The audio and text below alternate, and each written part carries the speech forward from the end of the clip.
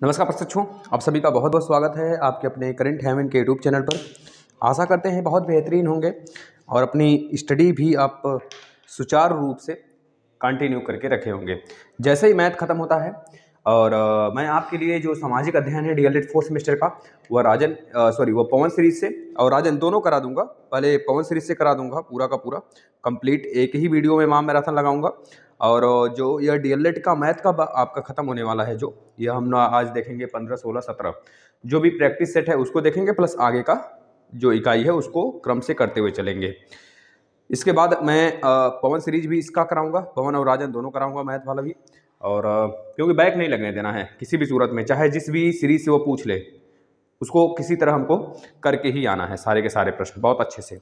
और ये हम बिल्कुल नहीं सोचेंगे आप सभी कि यह केवल डीएलएड के लिए हम पढ़ रहे हैं, तो यह चीज़ टारगेट करके करिए, पढ़िए इसको कि आपके सुपर टेट में भी ऐसे मैथ आएंगे और आपके यूपी टेट में भी ऐसे ही मैथ आएंगे, देखने को मिलेंगे आपको। तो प्लीज़ बी कंसल्टेशन, हम स्टार्ट करते हैं और आप सभी एक एक न्यूमेरिकल को लगाते हुए चलेंगे। तब तक मैं पीडीएफ खोल लेता हूं, आप लोग फटाफट शेयर कर दीजिए। और सारे के सारे क्लास ये आपके 9वें नंबर के क्लास हैं मैथ के। इसके पहले भी मैंने एक बार कंप्लीट करा दिया था। आप सभी उस सारे क्लासेस को ज़रूर अटेंड करेंगे।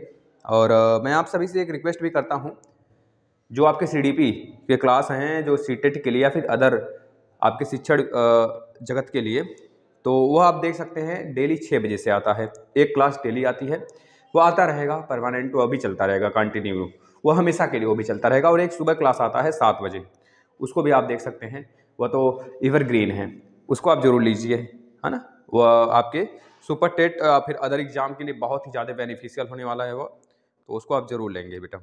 चलिए हम लोग आज करने वाले हैं 13, 12 हो गया था, 13, 14, 15, ये 13, 14, 15 का प्रैक्टिस सेट करेंगे। इसके बाद 16, 17 क्योंकि वृत्त पर है, तो 16, 17 का आज हम लोग क्या करेंगे, कह लीजिए कि पूरा का पूरा उसका मतलब कि बेसिक देखेंगे। 16, 17 वृत्त के बारे में, वृत्त की परिधि, वृत्त का व्यास और वृत्त का क्षेत्रफल। तो 16 और 17 मैं लिख देता हूं, इकाई 16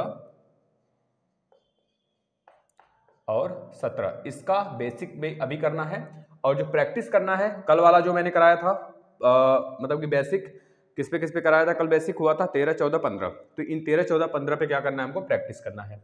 13, 14 और 15 का बिल्कुल घबराना नहीं, जितना ये इस बोर्ड पे छपेगा उतना करके आना। इम्तिहान से इतना सोच के जाना कि मैं तो बब्बर शेर से पढ़ के आया हूँ, वह चीज़ें फंसेंगी फंसेंगी, इतना समझ लेना मेरे भाई। एक भी प्रश्न में ऐसा कराता ही नहीं हूँ जो आपके लायक ना हो या फिर जो आपके एग्जाम में आया हुआ ना हो। मैं पूरा का पूरा हर एक क्वेश्चन को इतना बेहतरीन तरीके से करा दूंगा कि कहीं से भी एग्जामिनर पूछ ले आप करके आओगे ना। चलिए, आप सभी की दुआएं, बस यही हमको चाहिए कि आप सभी इस वीडियो को शेयर करो इतना कि सारे मैक्सिमम प्रशिक्षु जुड़ सकें।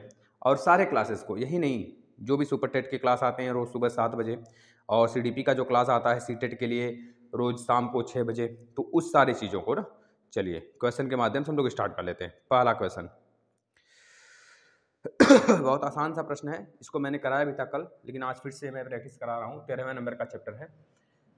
पहला, x स्क्वायर इक्वल टू 16, तो x का मान बता दीजिए। पहला क्वेश्चन ये पूछ रहा है आपसे। नेक्स्ट क्वेश्चन बोला है x स्क्वायर इक्वल टू 18, तो x का मान बता दीजिए फटाफट बच्चों। ऐसे क्वेश्चन आएंगे आपको ऑप्शन में देखने को मिलेंगे, है ना, एमसीक्यू के फॉर्म में। तीसरा मैक्सिमम प्रश्न लिखते हैं, x स्क्वायर -25, तो इसमें भी x का मान बता दीजिए। जो बच्चे कह रहे थे सर नहीं दिख रहा है, आज मैं कुछ बड़ा लिखने का प्रयास करूंगा, कुछ थोड़े से बड़े बड़े। क्वेश्चन नंबर नेक्स्ट, एक वर्ग का क्षेत्रफल 64 वर्ग सेंटीमीटर है। एक वर्ग का क्षेत्रफल 64 वर्ग सेंटीमीटर है, 64 वर्ग सेंटीमीटर है, 64 वर्ग सेंटीमीटर है। तो उसकी क्या बताना, भुजा ज्ञात करिए, साइड बता दीजिए उसका, भुजा बताइए, भुजा कितना होगा। नेक्स्ट प्रश्न, एक आयताकार बाग की लंबाई उसकी चौड़ाई की 3 गुनी है। नेक्स्ट प्रश्न देखिएगा। अच्छा, एक दो प्रश्न आपके लिए भी इसी के जैसे हूबहू लिख देता हूं। एक वर्गाकार मैदान का क्षेत्रफल, एक वर्गाकार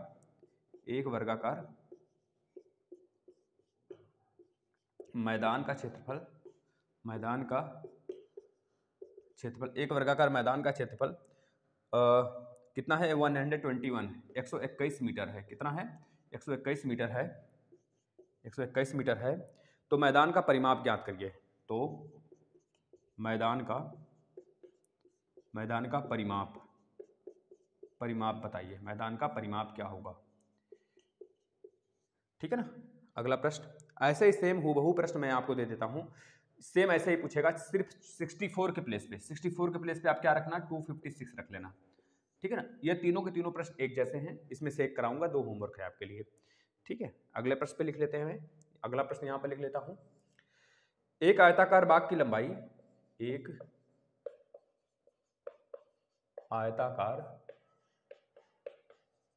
बाग की लंबाई और चौड़ाई, लंबाई और चौड़ाई, लंबाई और चौड़ाई, लंबाई जो है ना, एक मिनट, लंबाई जो है ना चौड़ाई की, लंबाई जो है ना चौड़ाई की कितनी गुनी है?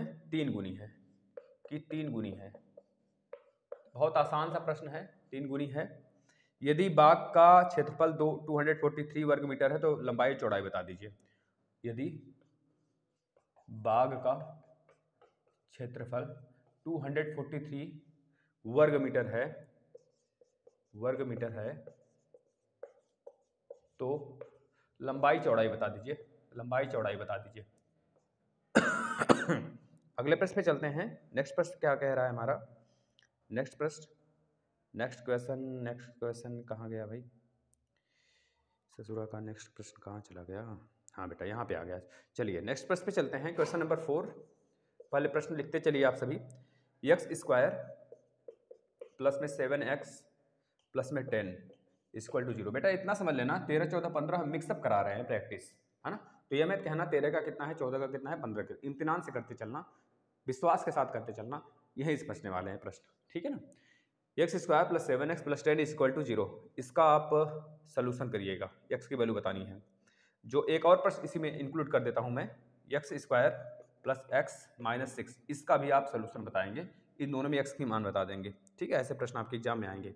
एक और मैं इंक्लूड कर देता हूं इसमें, 3x square plus 10x plus 10x और प्लस में 8 इक्वल टू 0। और कहोगे तो एक और ऐड कर देता हूँ, 12x स्क्वायर माइनस 11x और माइनस में 15 इक्वल टू 0। बेटा इतने प्रश्नों को अगर आप सॉल्व कर लेते हैं, एक और इंक्लूड कर देता हूं, नहीं तो इतने प्रश्न को अगर आप सॉल्व करते हैं बहुत ही मज़ा आ जाएगा। और शायद इस चैप्टर से एक भी प्रश्न आप छोड़ के नहीं आओ। ठीक है ना। मैं देख लेता हूं, थोड़ा सा कटपीट तो नहीं रहा है कहीं, सब कुछ बढ़िया है। चलिए यहाँ पर देखिए, पहले प्रश्न को मैं यहाँ पे सॉल्व करना स्टार्ट करता हूँ। बेटा इस प्रश्न को आप यहाँ पे 64 है तो 256 लिख सकते हो बस। देखिए इस प्रश्न को मैं सॉल्व करता हूँ। X square equal to 16, x square equal to 16 का मतलब हुआ एक्स बराबर कितना हुआ, रूट में 16। रूट में 16 का मतलब हो गया एक्स बराबर कितना हुआ, रूट में 4 गुणे 4। 4 गुणे 4 का मतलब कितना हो गया, 1 to 4 बाहर, यानी एक्स की वैल्यू कितनी आ गई, 4 आ गई। एक्स की वैल्यू कितनी आ गई, 4 आ गई। ठीक है, अब अगले प्रश्न पे चलते हैं बेटा। चलिए नेक्स्ट प्रश्न देखना, x square equal to 18, x square equal to 18 है, एक्स स्क्वायर इक्वल टू 18 है, यानी एक्स की वैल्यू कितनी हो जाएगी, रूट में 18 होगा, रूट में 18 होगा। जब एक्स की वैल्यू रूट में 18 है बेटा, तो इसको आप तोड़ सकते हो 9 गुणे 2 में, यानी एक्स की वैल्यू कितना होगा, 3 गुणे 3, 3 गुणे 3 और गुणे 2 अंदर होगा। 3 वाला तो जोड़ा बना लिया, एक 3 बाहर आ गया और रूट 2 अंदर रह गया, यानी एक्स की वैल्यू कितनी हो जाएगी, 3 और रूट में 2। ठीक ना, बहुत बढ़िया। अगला प्रश्न चलते हैं, अगले प्रश्न पे चलते हैं, ध्यान से देखते रहना। X square minus 25 equal to 0 है, इसमें 25 मतलब एक्स की वैल्यू बता दीजिए। X square minus 25 equal to 0, तो एक्स स्क्वायर इक्वल टू 25 बेटा, तो एक्स की वैल्यू कितनी हो जाएगी, रूट में 25, तो एक्स की वैल्यू कितनी आ जाएगी 5, क्योंकि आप 5 गुणे 5 कर लो, 2 बार अंदर आ गया 5 तो 1 बाहर, और वही उसका राइट आंसर। अगले प्रश्न पे आ जाते हैं। देखना बच्चा, ऐसा प्रश्न आ जाता है अगर आप सभी के एग्जाम में, भाई एक वर्ग का भुजा 64 हो, या फिर एक वर्ग का भुजा 256, या फिर एक वर्ग का भुजा 121 मीटर है, तो आप उसका परिमाप बता दो या फिर वो उसका भुजा बता दो, यही पूछ सकता है। दो चीज, स्क्वायर देगा मतलब एरिया देगा, और परिमाप या फिर भुजा पूछ लेगा, यही दो चीज पूछेगा, इससे बाहर कुछ नहीं पूछने वाला, याद रख लेना। मैं एक को बताता हूं, आप सारे के सारे, यहाँ पे 121 है तो आप 256 वाला भी करके लेकर आओगे, इसके प्लेस पे लिख देना समझ कर। और मैं कह रहा हूं ना, अगर आप अपने से ईमानदारी बरतेंगे तभी सफलता आपको मिलने वाली है। ईमानदारी नहीं दिखाओगे तो सफलता बहुत दूर हो जाएगी, ठीक है ना। 64 वर्ग सेंटीमीटर है, तो याद रख लेना बच्चा, क्या होता है किसी वर्ग का एरिया क्या होता है, भुजा का स्क्वायर होता है, भुजा का स्क्वायर होता है। भुजा का स्क्वायर बराबर कितना दिया है, 64 दिया है, तो भुजा बराबर कितना हो जाएगा, भुजा बराबर हो जाएगा रूट का 64, रूट का 64 यानी कि 8 गुणे 8 मतलब 8 हो गया। मुझे शौक नहीं है कि इस तरह से विस्तार से बताऊं, मैं भी डायरेक्ट आंसर बता सकता हूं। इस तरह विस्तार से लिखने का मतलब यही है कि जैसे आप लिखोगे बेटा वैसे ही आपको आंसर मिलने वाले हैं। और आप डीएलएड एकेडमिक है तो आपको मेरिट में मतलब अच्छे अंक लाने हैं, तो डायरेक्ट अगर उत्तर लिख दोगे तो एग्जामिनर को लगेगा ये चीटिंग किया है कहीं से, तो आपको नंबर थोड़े से ये हो सकता है कि 4 नंबर का हो तो 1 नंबर दे दे सिर्फ उत्तर पे, और पता चला सारा का सारा जोड़ने में आपका एक आख नंबर से रह जाए। तो भगवान ने खुदा न खास्ता ऐसा कुछ हो आपके साथ, आप बहुत ही चंगे रूप से नंबर पाओ, चंगा गंगा में नहा के चंगे होते हुए बाहर आ जाओ, है ना बेटा। मतलब कि चंगा का मतलब बाल न उछड़े आपका और काम भी हो। बेटा ऐसी समझ में आ गया। आपको निकालने के लिए क्या बोल रहा है, अगर परिमाप निकालने के लिए, भुजा निकालने के लिए देता तो 8 आ जाता है आंसर, लेकिन बोलता परिमाप निकालो तो 4 भुजा होता है। जब 4 भुजा होता है तो 4 गुणे 8 कर देते, 8 चौको 32 आ जाता, ठीक है ना। चलिए अगले प्रश्न पे आ जाते हैं जो इधर हमने लिखा हुआ है। इस पे आ जाते हैं। एक आयताकार बाग की लंबाई चौड़ाई की 3 गुनी है। एक आयताकार बाग की लंबाई चौड़ाई की 3 गुनी है। अगर चौड़ाई को आप x मानते हो तो लंबाई को आपको क्या मानना पड़ेगा, 3x है, यही ना। एक आयताकार बाग की लंबाई चौड़ाई की 3 गुनी है, ठीक है। यदि बाग का क्षेत्रफल 243 है तो किसी भी आयताकार बक्से का जो क्षेत्रफल होगा वो कितना हो जाएगा, या फिर जो आयताकार जो आकृति है उसका जो क्षेत्रफल होता है लंबाई गुणे चौड़ाई होता है, लंबाई गुणे चौड़ाई होता है। वही दिया है हमको कितना, 243। देखो यहाँ पे दिया 243, तो बता दीजिए लंबाई और चौड़ाई। तो भैया यह रख दो यहाँ पर वैल्यू, यक्स गुणे 3x बराबर कितना होगा 243, कितना होगा 3x स्क्वायर बराबर 243, 3 एकम 3 8 24, 3 एकम 3, और x स्क्वायर इक्वल टू कितना होगा 81 हो गया, तो x बराबर हो जाएगा रूट में 81, तो कितना होगा 9, 9 9 81, अंदर तो 2 9 आ जाएंगे अंदर, एक 9 को पकड़ के बाहर घसीट लाओगे तो ये आ जाएगा x बराबर कितना हो गया 9 हो गया। जब x बराबर 9 हो गया, चौड़ाई की वैल्यू आपने x माना है तो चौड़ाई तो x हो गया, और जो लंबाई की वैल्यू 3x है तो 9 गुणे 3 कर लेना, 9 3 27 हो जाएगा बेटा। ये चीजें दिमाग में लेकर चलना है।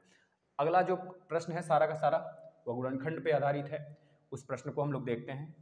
भाई इरेज किया इस वजह से ना, क्योंकि मैक्सिमम प्रश्न लेने हैं हमें। चलो आ जाओ। x square plus 7x plus 10 is equal to 0। देखना बहुत ही इम्तिहान से पढ़ते चलो, मैं सुपर टेट का भी मैथ कराऊंगा।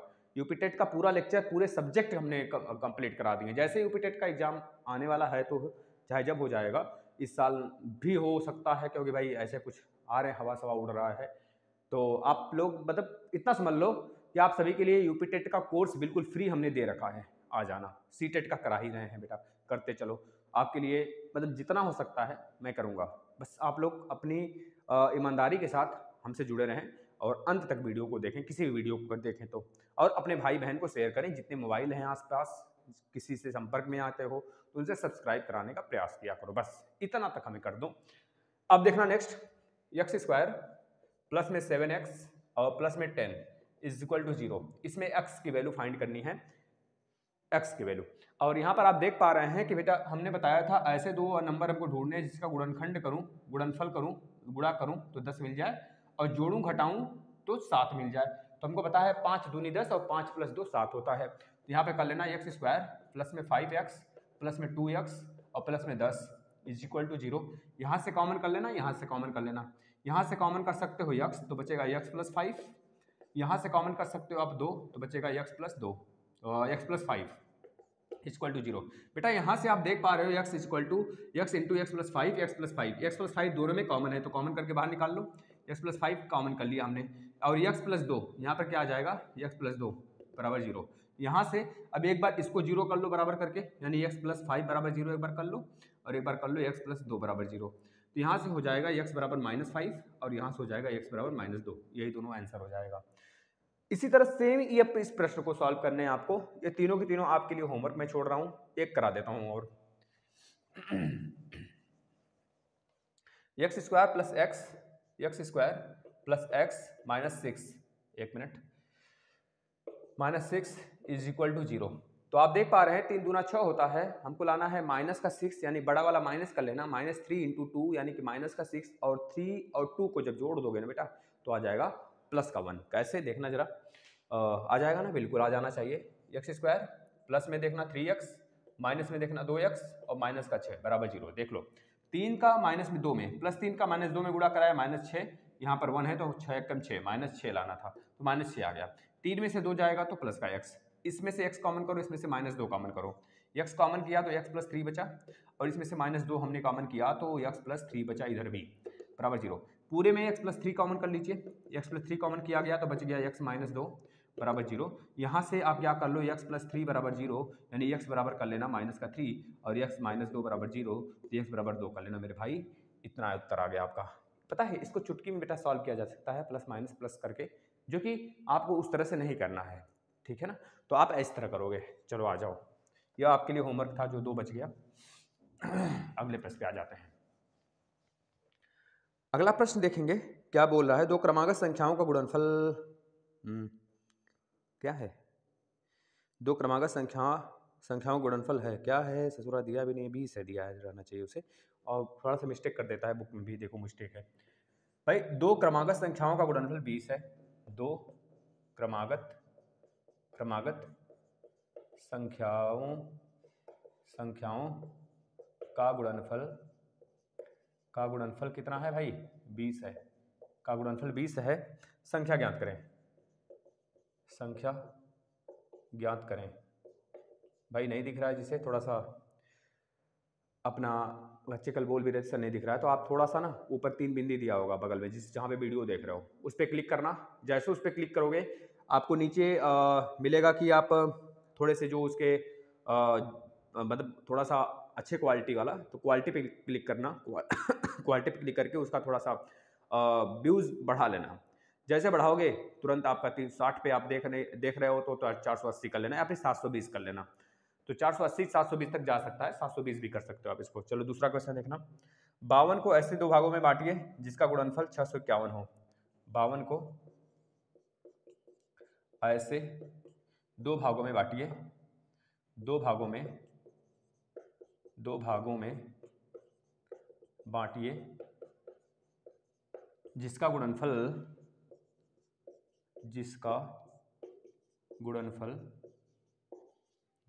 कितना हो भाई, 651 हो। 651 हो, फटाफट करना इसको। तीसरे नंबर का क्वेश्चन करना भाई। देखना हम एक प्रश्न भी नहीं छोड़ना चाहते हैं, इसमें से बच्चों आप परेशान ना हो, आपके लिए सब कुछ यहाँ पर हाजिर है। 25/x, बस मेरी जान को मत मांग लेना भाई, क्योंकि मैं नहीं देने वाला हूँ। आ जाओ बेटा, तीसरा के बाद आ जाना नेक्स्ट प्रश्न। चौथा देखना, x + 6, भाई मजाक कर रहा था, अब ये मत करना कि मांगने लग जाओ भाई, नहीं मिलेगा, पहले ही बोल दिया हूँ, लेकिन प्लीज़ बी कंसिडरेशन, और कंसिडरेशन बिगाड़ो मत बेटा। आ जाओ, चौथा हो गया। चौथा के बाद आ जाना, इसमें x की वैल्यू निकाल लेना। इसके बाद तीसरा बेटा, अब इस तरह के प्रश्न आ गए, ये 4 हो गया क्वेश्चन नंबर। अच्छा लगा लेता हूँ, फिर नहीं तो जगह नहीं मिलेगा। चलो पहले क्वेश्चन को लगा लेते हैं। दो क्रमागत संख्याओं का गुणनफल 20 है। दो क्रमागत संख्याओं का गुणनफल क्या है, 20 है। तो संख्या बता दीजिए। दो क्रमागत, पहली संख्या अगर x मानते हो तो दूसरी मानना पड़ेगा x + 1। तो मान लेना ये पहला है और ये वाला दूसरा है, यह दूसरा संख्या आपने माना है, ठीक है ना। पहला संख्या और दूसरा संख्या गुणनफल 20 है, तो x कर लेना इंटू x + 1 कर लेना बेटा, कितना आ जाएगा 20। देखो इसको चुटकी में लगाया जा सकता है, 4 + 5 मतलब 4 × 5 20। एक संख्या 4 होगा, एक संख्या 5 होगा, लेकिन आपको करके दिखाना है तो इस तरह करके दिखाओगे बेटा। इसका गुणा कर लेना, x² प्लस में x बराबर 20, तो x² प्लस में x माइनस में 20 बराबर 0 हो गया। इसका आप मतलब गुणनखंड करोगे, यानी कि फैक्टराइजेशन करोगे। फैक्टराइजेशन मेथड से करोगे तो 4 × 5 बराबर 20, और 5 में से 4 गया तो 1x, यानी कि x² प्लस में 5x माइनस में 4x माइनस में 20 बराबर 0। तो आप यहाँ से क्या करोगे, x कॉमन कर लेंगे तो x + 5 हो जाएगा, और यहाँ से -4 कॉमन करेंगे तो x + 5 होगा बराबर 0 होगा। तो यहाँ पे देख सकते हैं x + 5 कॉमन कर सकते हो आप, और यहाँ से x - 4 कॉमन कर सकते हो बराबर 0, यानी x बराबर 1 आ जाएगा -5 और x बराबर 1 आ जाएगा 4। मैं देख लेता हूँ दिख रहा है कि नहीं दिख रहा है बेटा। मैक्सिमम बच्चों जूमिंग तो सही है, फिर कैसे कहते हो आप सभी यार, बेइज्जती हमारी कर देते हो यार। नल्ले पाकिस्तान करो, देखो भारत तो क्या किया जाए यार, बहुत बुरा हो गया। है ना। इस बार T20 से हम लोग बाहर हो गए। कितनी उम्मीद थी कोहली मतलब कि रोहित शर्मा पर, लेकिन कोहली का जितने भी चीज़ें थी, एफर्ट था, सब कुछ नुकसान हो गया बेटा। 52 को ऐसे दो भागों में बांटिए जिनका गुणनफल 651 हो। 52 को बांटना है ऐसे दो भागों में, तो मैं वहाँ लेता हूँ एक यक्स, एक 52 हो, एक हो गया हमारा यक्स और एक हो गया 52 माइनस यक्स। दोनों को जोड़ोगे फिर से 52 आ जाएगा, देख लें ना। पहला हो गया यक्स और दूसरा आपने कह लिया 52 माइनस यक्स। अब दोनों का जो गुणनफल करो तो 651 आ रहा है, कर लो गुणनफल, यक्स इंटू 52 माइनस यक्स का गुणनफल हमने किया तो आ गया 651। इधर गुणा करो 52x और यहाँ पर गुणा होगा माइनस एक्स स्क्वायर, बराबर कितना होगा 651, ठीक है ना। माइनस एक्स स्क्वायर इधर कर लेना बेटा, इधर हो जाएगा प्लस का 52x और ये 651 माइनस 651 हो जाएगा बेटा। फिर से माइनस कॉमन कर लेना, तो यहाँ पे एक्स स्क्वायर हो जाएगा और प्लस में जो है माइनस में हो जाएगा, क्योंकि माइनस आप कॉमन कर रहे हैं ना, माइनस कॉमन करके उधर भेज दो, जीरो हो जाएगा। माइनस 52x और प्लस में 651 बेटा। अब आपको यहाँ पर ये फाइंड करने हैं कि कैसे किसी दो अंक को जोड़ूं मैं कि जिसका गुणनफल 651 हो जाए और गुणा भाग करूं तो भैया 52 आ जाए। तो भाई 51 का आधा अगर करते हैं, 52 का आधा करते हैं तो हमें मिल जाता है 26। तो 26 से कुछ लेन देन है इसका भाई, देखना यह 13 5 65, 13 से 6 5 11 1 12, मतलब ये 3 से तो कटने वाला है जाहिर से। तो पहले इसी का गुणनखंड कर लो, तोड़ लो। 651 को हमने तोड़ा तो मिला 3 दूना 6, 3 दूना 6, 3 एकम 3 और 3 7 21, 7 2 9 1 10, किससे कटेगा? 7 से कट जाएगा बेटा, 7 से कटेगा तो 7 3 21 और 7 एकम 7, अब 31 आ गया, बस हमें मिल गया क्लू बेटा। ऐसे 3 नंबर हैं, 3 7 31 को यूज करके हमको लाना है 52 और गुणा करके 651 लाना है। तो देखना जरा, और 31 और 7 अगर हम जोड़ देते हैं तो कितना हो जाता है 37 38 हो जाता है। 38 का जब 2 में गुणा करते हैं तो उतना, सॉरी 3 का, तो हमें 651 मिल सकता है। लेकिन 38 में जब 3 जोड़ेंगे तो हमें 52 नहीं मिलेगा। तो हम एक काम कर सकते हैं कि 7 3 21 और 31 जोड़ लेते हैं। देखना इन दोनों का गुणा कराओगे तो 21 एक संख्या हो जाएगा और एक संख्या हो जाएगा 31, यानी 21 और 31 को जब जोड़ेंगे तो 52 तो मिलेगा ही मिलेगा और प्लस गुणनफल तो मिल ही जाएगा भाई, वही चीज़ तो है, गुणा करोगे तो मिल जाएगा। हो गया दोनों नंबर, देख लो कैसे। एक्स स्क्वायर माइनस में 31x माइनस में 21x और प्लस में 651 बेटा, 651 यह मत समझना है प्रश्न नहीं आएगा बेटा, बड़ा है तो इसका मतलब ये नहीं कि नहीं आएगा, ये कहीं ना कहीं आएगा ही आएगा। अगर आ गया तो भैया है ना, लंगड़ी घोड़ी और लाल लगाम हो जाएगा, फिर समझ रहे हो ना बेटा। तो देखो यक्स कॉमन कर लो, यहाँ से यक्स कॉमन करेंगे तो यक्स माइनस 31 और यहाँ से माइनस 21 कॉमन करोगे बेटा तो क्या आ जाएगा, x minus 31 is equal to 0। तो यहाँ से आपको पता है कि 2 हमको वैल्यू मिलेगा, ऊपर लगा देता हूँ इसके बाद देखना यहाँ से x माइनस 21, एक तो x माइनस 21 होगा और एक होगा x माइनस 31 होगा बराबर 0। तो x की वैल्यू एक बार 21 आ जाएगा, एक बार 31 आ जाएगा, तो आपको पता है 2 वैल्यू मिलेंगे। अगर x का वैल्यू 21 लेते हो तो यहाँ पर x का वैल्यू 21 आएगा और यहाँ से 52 माइनस से 21 माइनस करोगे तो 2 में से 1 जाएगा यानी 31। एक तो वैल्यू आएगी आपकी 21 31 या फिर 31 21, यही 2 वैल्यू होंगे बेटा, ये चीज़ें दिमाग में रखना। जाहिर सी बात है छोटा वैल्यू x है, कोई भी छोटा हो सकता है, इसमें दो राय नहीं है, देख लो दोनों में से कोई एक मान लो। चलिए नेक्स्ट प्रश्न पे आ जाते हैं। ये दोनों तो आसान सा प्रश्न है, निपटाते हैं इसको बेटा। थोड़ा सा फास्ट होना पड़ेगा हमें क्योंकि वृत्त भी आपको समझाने हैं दोनों, 16 और 17 फिर आगे बढ़ने, टारगेट पूरा करके जाना है। x/9 बस एक क्लास और आएगा बेटा, 16 17 है ना, 18 19 20 समापन, कल समापन, पक्का कल समापन करूंगा इसको। x/9 बराबर 25/x बराबर 25/x 25/x गुणा करा लो क्रॉस तो हो जाएगा x स्क्वायर बराबर 25 गुणे 9। तो भैया रूट में ले लेना, रूट में ले लोगे तो 25 इंटू 9 यानी कि 5 गुणे 5। भाई इसी तरह आपको करने हैं, शॉर्ट में मत जाना कभी, नहीं तो शॉर्ट में भी चला जाएगा वो सचिव, सॉरी मतलब कि प्राचार्य, तो फिर दिक्कत हो जाएगी भाई। फिर यही चिल्लाते रहोगे सर एक नंबर कट गया, एक नंबर आता तो पास हो गए होते।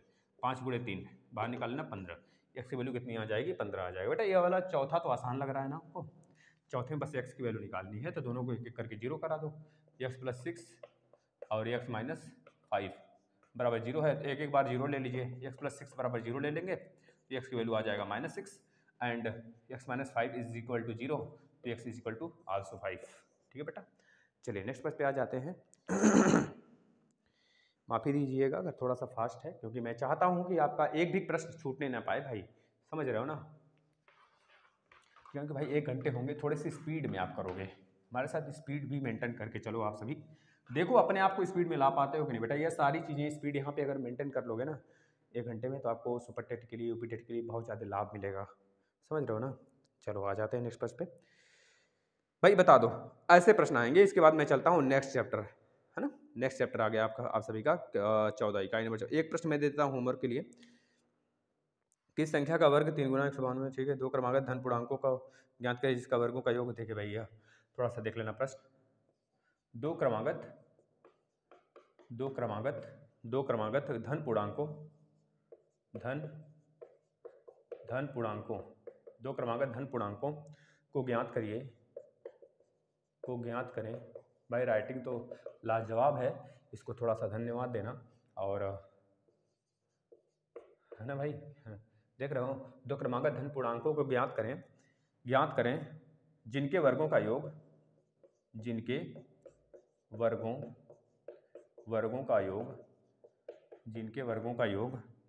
545 है भाई। कितना है? 545 है।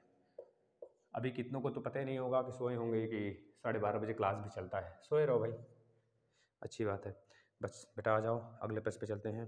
अगला इस वाले को सॉल्व करना। प्रतिस्थापन विधि तो आपको पता है बेटा ना। प्रतिस्थापन का मतलब जैसे दो इक्वेशन दे दे, बताना जरा।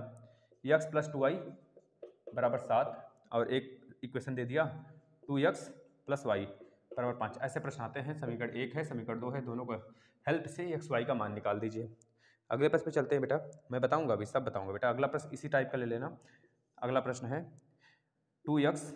हर टाइप के हर वह प्रश्न जो डायरेक्ट छपने वाले, इतना समझ लेना। आपको इन्हीं बोर्ड से ही प्रश्न देखने को मिलेंगे निश्चित रूप से। 2x + y = 12, 4x + 9y = 22। Equation 1, equation 2, ये दूसरा प्रश्न है भाई, इसको सॉल्व कर लेना।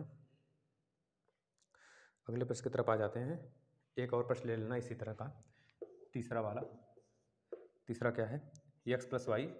प्रैक्टिस करिए, ज़्यादा से ज़्यादा प्रैक्टिस करेंगे तो बहुत ही आनंद आएगा। x - y = 8 भाई, समझ रहे हो ना। प्रैक्टिस बहुत ज़रूरी है और सारी चीज़ें तो आपके पक्ष में होनी तय हैं भैया। ऐसे प्रश्न आएगा तो लगा लोगे। आप सभी के लिए होमवर्क भी दे देता हूँ। ऐसे इतना मैं बताऊँगा, इसके बाद ये होमवर्क।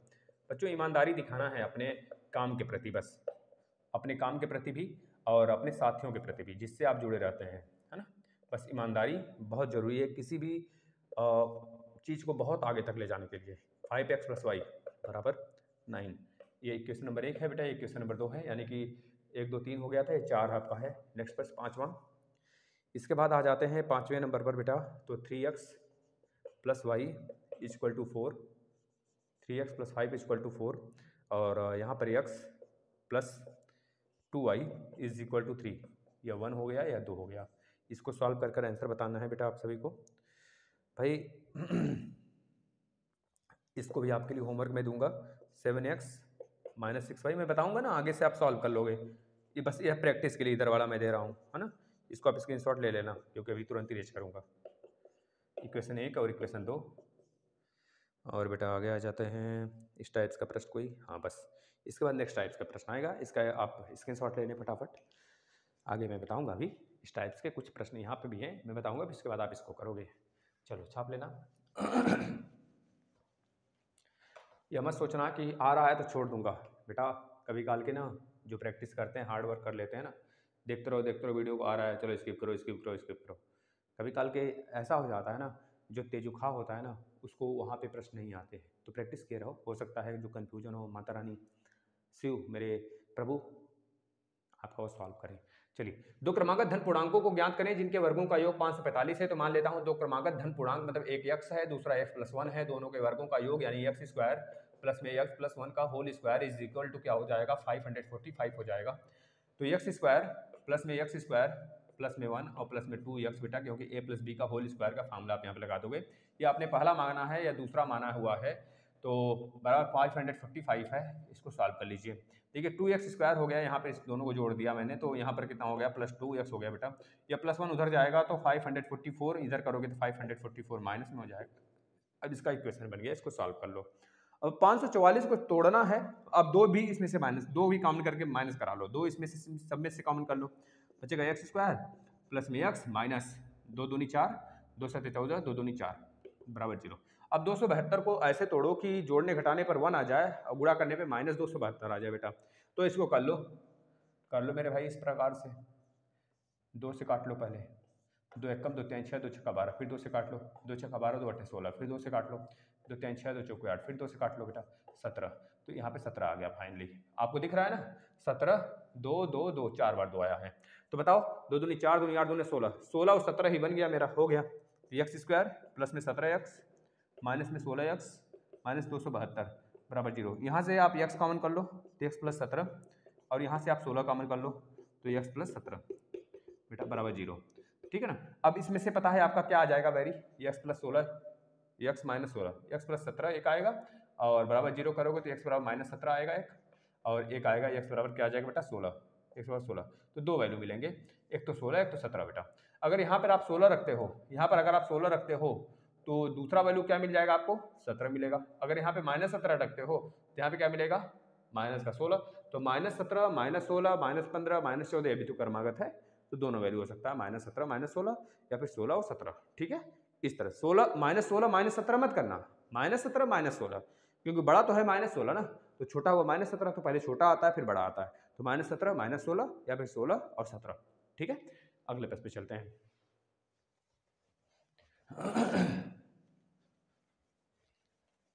देखना इन सबको करना बहुत आसान है। x प्लस 2y बराबर 7 है, और 2x प्लस वाई बराबर 5 है बेटा। तो हमको सबसे पहले क्या करना होता है, ध्यान से देखना, इसमें अगर पहले x को हटाना होता है तो x के फंक्शन को बराबर करा लेते हैं, x के फैक्टर को बराबर कराएंगे। अगर y को हटाना होता है तो हम y के फैक्टर को बराबर करा लेते हैं, सिंपल सा। तो हम देखते हैं जरा, यहाँ पे 2 है यहाँ पे 2 नहीं है, मैं चाहता हूँ x को पहले काट के हटा दूँ, y का वैल्यू निकाल लूँ, फिर x का निकाल लूँगा किसी एक इक्वेशन में रख के। तो मैं यहाँ पे क्या करता हूँ, 2 से यहाँ पे गुणा करा देता हूँ और 1 से यहाँ पे गुणा करा देता हूँ। 2 से दोनों में करा दिया होगा तो दिक्कत हो जाएगा भाई।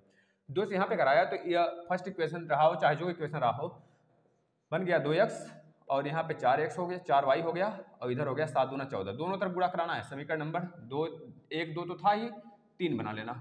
और यहाँ पर 1 का गुणा कराओ चाहे ना कराओ, वह तो वैसे ही का वैसा ही रहेगा, बराबर 5। यह समीकरण नंबर 4 बन गया बेटा। अब यहाँ पे लिख लेना एक लाइन, समीकरण 3 और 4 को माइनस कराने पर, जब माइनस कराते हो तो साइन चेंज हो जाता है नीचे का, ये दोनों कैंसिल हो जाएंगे, 2x और -2x, 4y में से 1y जाएगा तो 3y बचेगा, 14 में से 5 जाएगा तो कितना बचेगा 9 बचेगा। देख रहे हो ना, माइनस वाला छोटा है, इसमें से ये वाला प्लस वाला साइन हम लेके चल रहे हैं बेटा। y की वैल्यू कितनी आ जाएगी 3 3 का 9, 3 से डिवाइड कराओगे y की वैल्यू 3 आ गई। y की वैल्यू उठा के चाहे जिस इक्वेशन में रखो, पहले में, दूसरे में, तीसरे में, चौथे में, किसी में रख दो। तो मैं उठाया और बोल दिया पहले में रख रहा हूँ। तो पहला इक्वेशन है x प्लस 2y बराबर 7 है, तो y की वैल्यू यहाँ पर रख देंगे तो x प्लस 6, देखो 3 दूना 6, 6 बचा बराबर 7, तो x बराबर कितना हो जाएगा 7 - 6, 7 - 6 यानी कि 1 बेटा। इस तरह से आपको सारे के सारे क्वेश्चन करने हैं, इसको भी करने हैं, इसको भी करने हैं। चलो मैं एक दो और करा देता हूँ, उसके बाद आपका डाउट क्लियर हो जाएगा, फिर जो होमवर्क में दिया है वो आप करोगे। देखना 2x यानी कि 2x प्लस में 5y बराबर 12, यहाँ पे चमक रहा होगा थोड़ा सा ना, तो वो चीज़ें अभी सही हमें कर दूंगा किसी टाइम, मतलब कि थोड़ा वक्त लगेगा बेटा, थोड़ा सा अपडेट करने हैं अपने सिस्टम को।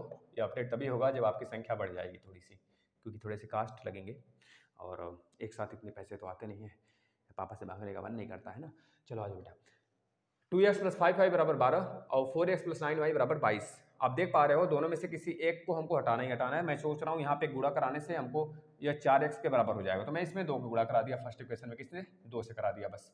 तो पहला इक्वेशन जो था वो बन गया 4x, 2 का गुणा कराया तो 2 × 5 = 10y, और इसका गुणा 2 में करा दिया तो बराबर 24 हो गया। तो आप देख पा रहे हो जो नीचे वाला है इक्वेशन नंबर 3, तो यहाँ पर इक्वेशन नंबर 2 है और इक्वेशन नंबर ये फर्स्ट था, इक्वेशन नंबर 3 हो गया। तो आप लिखोगे 3rd और फर्स्ट में से दोनों में से किसी एक को माइनस करा दो, तो मैं मानता हूँ इसमें से इसको माइनस करा लो, तो 4x प्लस 9y बराबर 22 कर लो आप यहाँ पे। तो इसमें से इसको माइनस कराया आपने तो यह कैंसिल हो गया, 10 में से 9 जाएगा तो y बचेगा, और 24 में से 22 जाएगा तो 2 बचेगा, y बराबर 2 आ गया। y की वैल्यू उठा के किसी एक इक्वेशन में रख दो, यहाँ पे लिखना पड़ेगा y का मान समीकरण 1 या समीकरण 2 या फिर समीकरण 3 में रखने पर। तो समीकरण 1 में जैसे ही रखता हूँ तो हो जाता है 2x प्लस 5 × 2 यानी कि 10 बराबर 12। तो 2x बराबर कितना होगा 12 - 10, 2 आ गया, तो 2 से 2 चला जाएगा तो x बराबर 1 बचेगा बेटा। इस तरह से आप दूसरा वाला भी होमवर्क में रख लो। चलो, क्योंकि भाई ऐसे ही प्रश्न सारे के सारे लगेंगे तो आपको समझ में आ जाएगा। चलिए नेक्स्ट प्रश्न को आ जाते हैं। नेक्स्ट प्रश्न क्वेश्चन टाइप अलग करते हैं ना।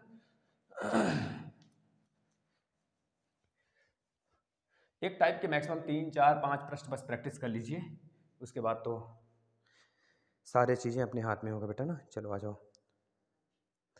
एक आयत की लंबाई उसकी चौड़ाई से 5 सेंटीमीटर अधिक है। एक आयत की लंबाई उसके चौड़ाई से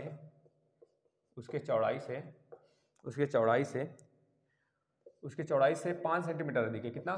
5 सेंटीमीटर अधिक है। जो बच्चा पिछले क्लास नहीं देखे हैं उनसे रिक्वेस्ट है कि पिछला क्लास जरूर देख लेंगे, प्लेलिस्ट में मिल जाएगा आपको। यदि आयत का परिमाप 40 सेंटीमीटर है, यदि आयत का परिमाप कितना सेंटीमीटर भाई? 40 सेंटीमीटर है। 40 सेंटीमीटर है। आयत का परिमाप 40 सेंटीमीटर है तो उसकी लंबाई चौड़ाई ज्ञात करिए। मतलब कि लंबाई और चौड़ाई ज्ञात करनी है भाई। ये लिख लेना इस बोर्ड का, मतलब बोर्ड नंबर कौन सा भी हो, क्वेश्चन नंबर 1 डाल लेना। ऐसे प्रश्न आते हैं भाई, बहुत अच्छे लेवल के भी प्रश्न हैं, मतलब कि आते हैं। यह प्रश्न अच्छे लेवल के अंदर ही आएगा। चलिए एक प्रश्न और करते हैं बेटा। Question number next. 3 मेज और कुर्सी का मूल्य 1000 रुपये है। 3 मेज और कितने कुर्सी दिया है? 3 मेज और 5 कुर्सी, ठीक है ना। 3 मेज और 5 कुर्सी। 5 कुर्सी का मूल्य कितने रुपए है? का मूल्य 3 मेज और 5 कुर्सी का मूल्य 1000 रुपया है। कितना? 1000 रुपये हैं। 1000 रुपये हैं। और 5 मेज और 3 मेज और 5 कुर्सी, अंड बंड दे दिया है ससुरा। 5 मेज और 2 कुर्सी। 5 मेज और 2 कुर्सी का मूल्य 970 रुपये है। 5 मेज,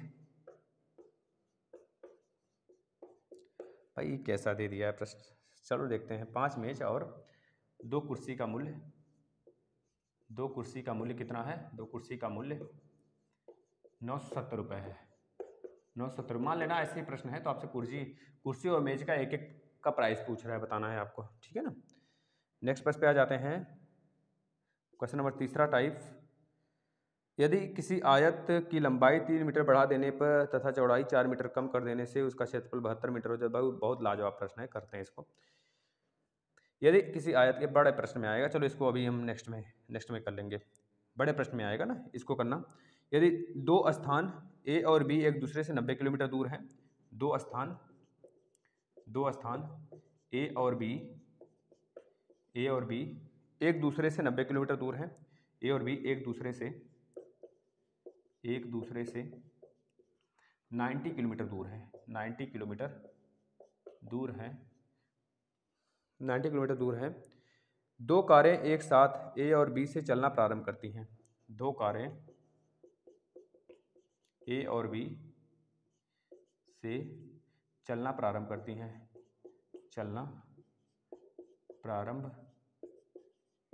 हैं। लगाते रहिए आप सभी भाई, टाइम बचाइए अपना। करती हैं, एक साथ चलना प्रारंभ करती हैं। यदि दोनों कारें एक ही दिशा में चलती हैं तो वे 9 घंटे बाद एक दूसरे से मिलती हैं। यदि एक दिशा में चलें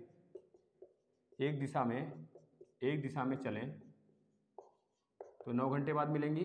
चलें तो 9 घंटे बाद मिलेंगी। 9 घंटे बाद मिलेंगी, ठीक है। तो वे 9/7 घंटे में 1 मिनट, यदि ठीक है भाई 9 घंटे बाद मिलती हैं। यदि वो विपरीत दिशा में चलती हैं तो 9/7 घंटे में मिलती हैं। उनकी चाल बता दीजिए। यदि विपरीत चलती हैं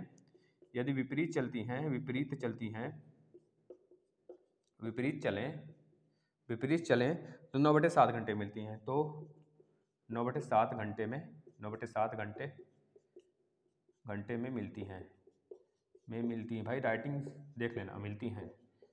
तो बता दीजिए उनकी चाल बताइए। चाल बता दीजिए, दोनों की चाल बतानी है। चाल कैलकुलेट करना बेटा।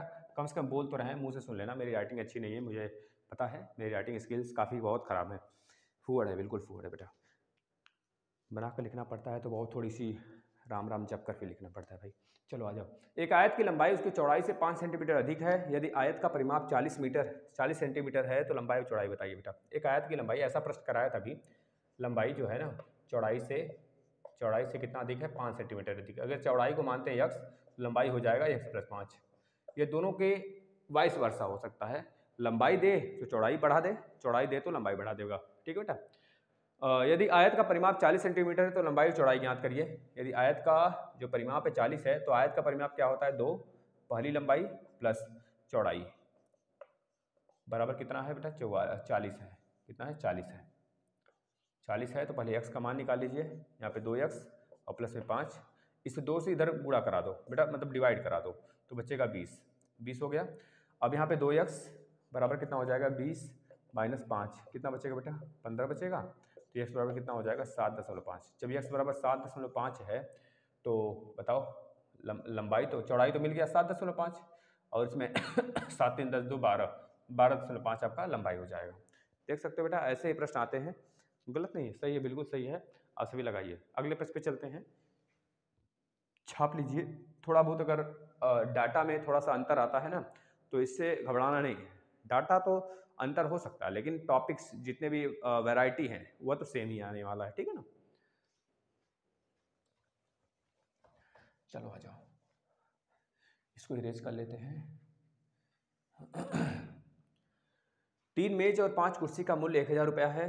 5 मेज और 2 कुर्सी का मूल्य 970 है। मैं मान लेता हूँ मेज को हमने x मान लिया और कुर्सी को हमने y मान लिया। ऐसे ही लगाना भाई, नहीं तो चुटकी में लग सकता है, लेकिन आपको ऐसे ही लगाना जैसे मैं लगाने जा रहा हूँ। इक्वेशन बनाकर, एक मेज की वैल्यू x है और एक कुर्सी का वैल्यू y है, मान लिया हमने। तो 3 मेज 5 कुर्सी का मूल्य 1000 रुपया है। 3 मेज यानी 3 गुणे x प्लस 5 कुर्सी यानी 5 गुणे y बराबर 1000 रुपया। इक्वेशन नंबर 1 हो गया। 5 मेज और 2 कुर्सी यानी कि 5 into x plus 2 into y बराबर कितना है, 970 रुपया। तो बताओ इक्वेशन नंबर 2 हो गया। दोनों को जोड़ लो या घटा लो, लेकिन पहले बराबर करना पड़ेगा। तो इसमें चाहे y को बराबर करा लो चाहे x को बराबर करा लो। जब x को बराबर कराओगे तो ऊपर वाले में 5 का गुणा, नीचे वाले में 3 का गुणा करना पड़ेगा। ऊपर वाले में 5 का गुणा कर लीजिए, नीचे वाले में 3 का गुणा कर लीजिए। 5 3 15x और 5 5 25y और यहाँ पे गुणा करोगे तो 5000 हो जाएगा। 3 का गुणा इसमें करोगे, 3 5 15x और प्लस में 3 दूना 6y प्लस में 3 दूना 6y बराबर कितना होगा, 3 शून्य शून्य, 3 सत्ते 21 को 1 कैरी कितना हो गया, 2 हो गया और 3 9 27 2 29। ठीक है बेटा, दोनों को माइनस करा लो। माइनस करा लेंगे तो ये वाला कैंसिल होगा। 25 में से 6 जाएगा तो 19y बराबर 0। यहाँ पे 10 में से 1 जाएगा 9 बचेगा। यहाँ पे 9 9 0 हो जाएगा। यहाँ बचा 4 में से 2 हो जाएगा 2 बचेगा। y बराबर कितना आ जाएगा, 2 यानी 20 9 0 बटे 19। काटेंगे पीटेंगे तो बेटा कितना आ जाएगा, पीटना मत बस काट लेना। 19 से एक बार में फिर एक बार में फिर 0 110। y की वैल्यू 110 आ गया। जब y की वैल्यू 110 आ गया तो बताना किसी इक्वेशन में रख सकते हो, इक्वेशन 1 या फिर इक्वेशन 3। हम मान लेते हैं इक्वेशन 2 में रखते हैं भाई। इक्वेशन 1 में अच्छा रख लो, इक्वेशन 1 में रख लो। तो 3x और प्लस y की वैल्यू कितनी आई है, 110। तो 5 गुणे 110 करोगे तो 550 आएगा, बराबर कर लेते हैं 1000। तो 3x बराबर 1000 में से 550 माइनस कर लेना। 1000 में से 550 माइनस कर लेना। 500 माइनस करते हैं तो 550 माइनस करेंगे तो 450। 3 15 45 यानी x की वैल्यू कितनी आ गई, 150। x की वैल्यू 150। बस ये चीज़ है। ये आप माने थे x किसको, मेज को। तो मेज का प्राइस, एक मेज का 150 रुपया और एक कुर्सी का प्राइस 110 रुपया। ठीक है ना। चलिए अगले प्रश्न पे आ जाते हैं। ये सारे के सारे बड़े प्रश्न में आएंगे लघु उत्तरी में बेटा, तो थोड़ा सा ध्यान में रखना है। या नहीं कि दीर्घ उत्तरी, लघु उत्तरी, दीर्घ उत्तरी और एमसीक्यू कर लें, लघु उत्तरी न छुएं भाई। छुओगे अच्छे से करोगे भी आप। ठीक है ना, ऐसे प्रश्न आपको देखने को मिलेंगे। इसके बाद हम चलते हैं, इसके बाद आ जाएंगे सर्कल वाले पे बेटा। फिर जो छूटा बूटा रहेगा थोड़ा बहुत प्रैक्टिस का, उसको कल, ठीक है ना, समाप्त करते हुए चलेंगे, घबराना नहीं है। दो स्थान ए और बी एक दूसरे से 90 किलोमीटर दूर हैं।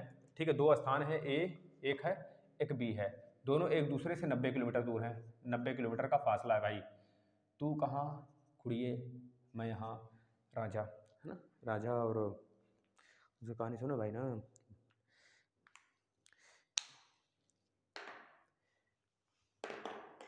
चलो आजा बेटा, ये 90 किलोमीटर दूर है। ठीक है, अब आपसे क्या पूछ रहा है, पूछ रहा दो कारें ए और बी जो हैं एक दूसरे की तरफ चलें अगर, तो एक ही दिशा में अगर चलती हैं तो 9 घंटे में मिलती हैं।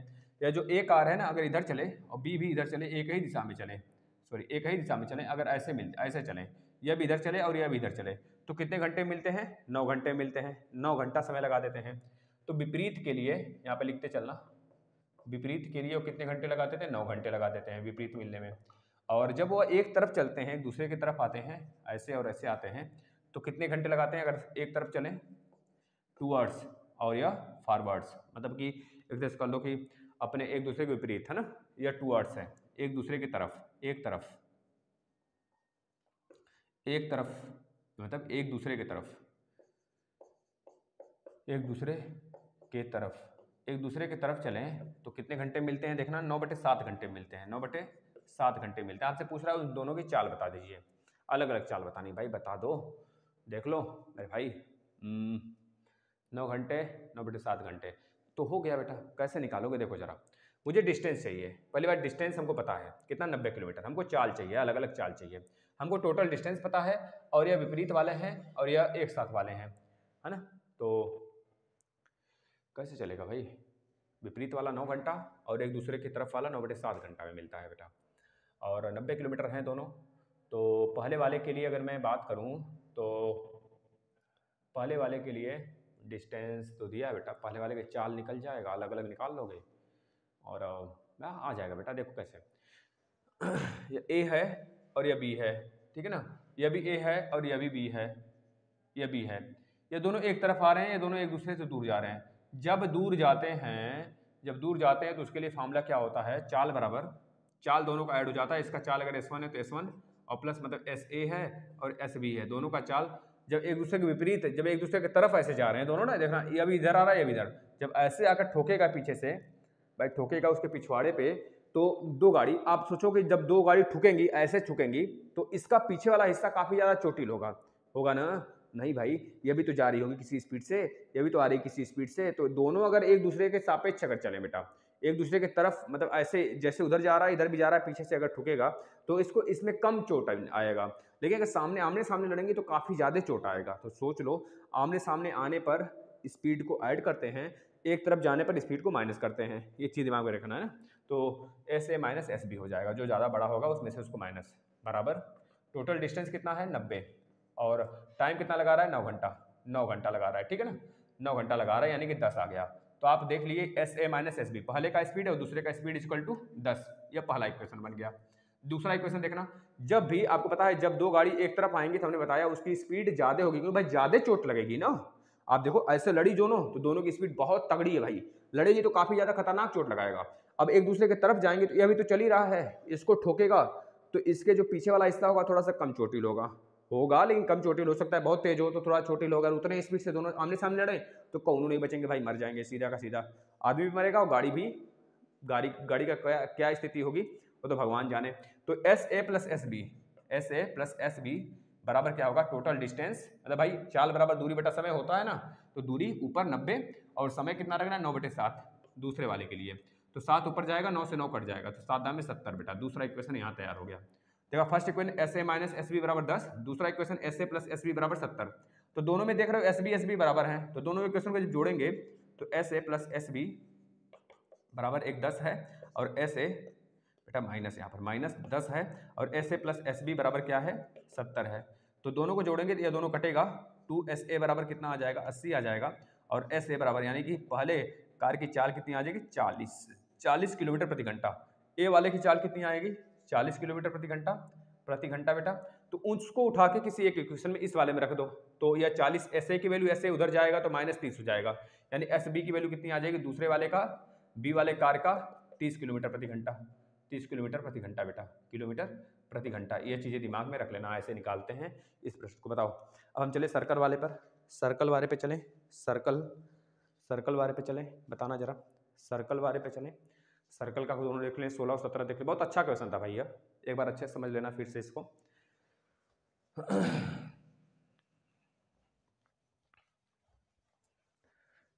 चलो आ जाओ, सर्कल वाले पे चलते हैं ना।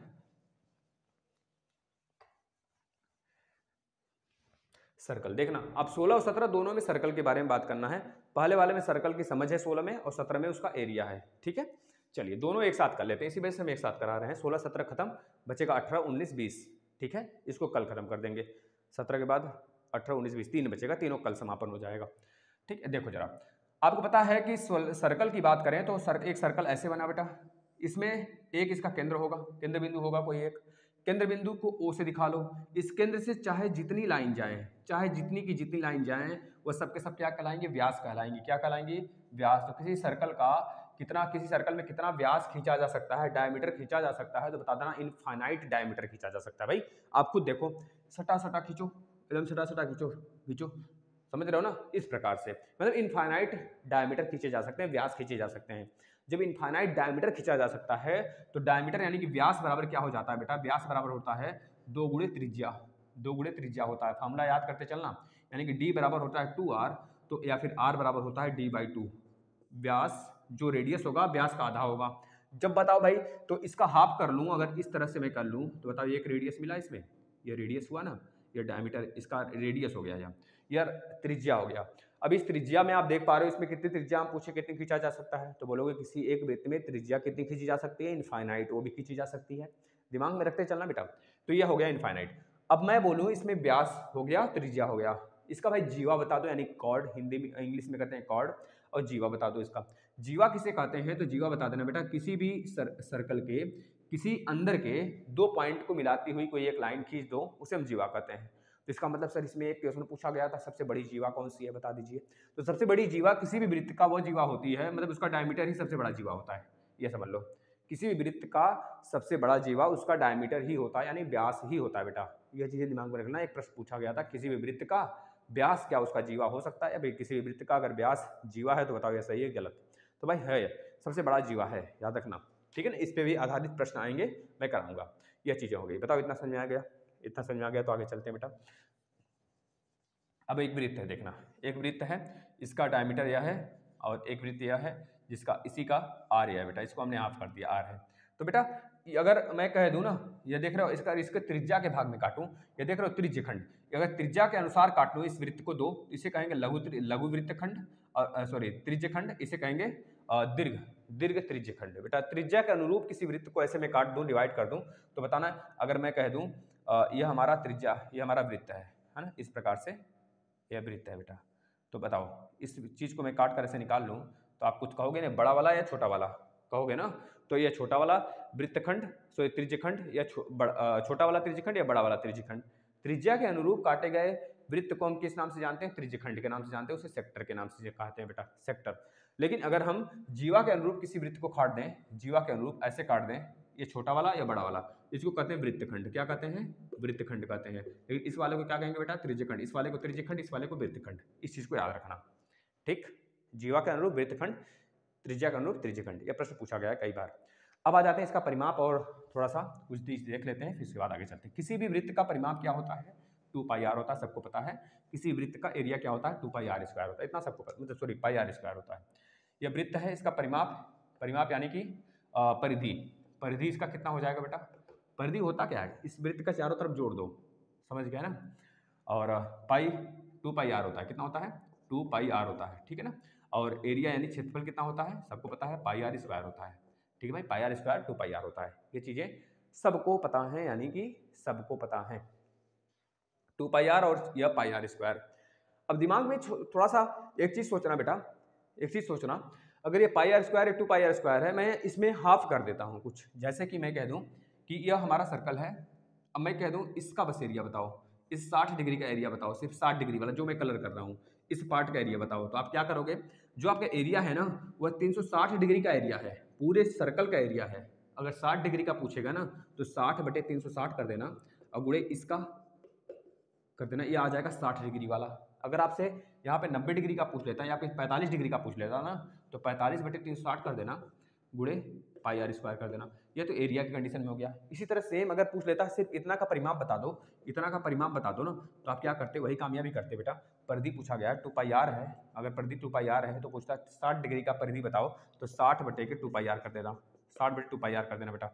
यह चीजें अगर आप करते हो तो भी गलत होगा, क्योंकि आपने परिधि जब निकालना सीखा बेटा 60 डिग्री का, आपने 60 डिग्री का जब परिधि निकाला तो आपने इसको नहीं जोड़ा परिधि में, इसको नहीं जोड़ा, तो यह है r और यह भी r, क्योंकि केंद्र से जा रहा है तो r ओ प्लस r, और इसकी वैल्यू आ गई कितनी, अगर ये 60 डिग्री है तो 60/360 और इंटू 2πr हो गया, 2πr हो गया, इसमें 2r प्लस कर देना, 2r प्लस कर देना, ये पूरा होगा इसका परिमाप।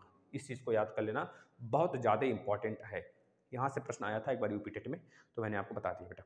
चलो ये पूरे के पूरे हो गए। अब एक प्रश्न ऐसे पूछ लेता है कि मान लीजिए आप साइकिल से जा रहे हो, एक बार साइकिल चलाया, घुमाया सर्कल में, तो आप इस तरह से आप अपने साइकिल घुमाते घर चले गए, कोचिंग से घर गए, तो आप 10 किलोमीटर पहुंच गए। 10 किलोमीटर का मतलब 10,000 मीटर, 10,000 मीटर, यानी कि आपको पता होता है कि टोटल एक पहिए का चक्कर कितना होता है, 2πr।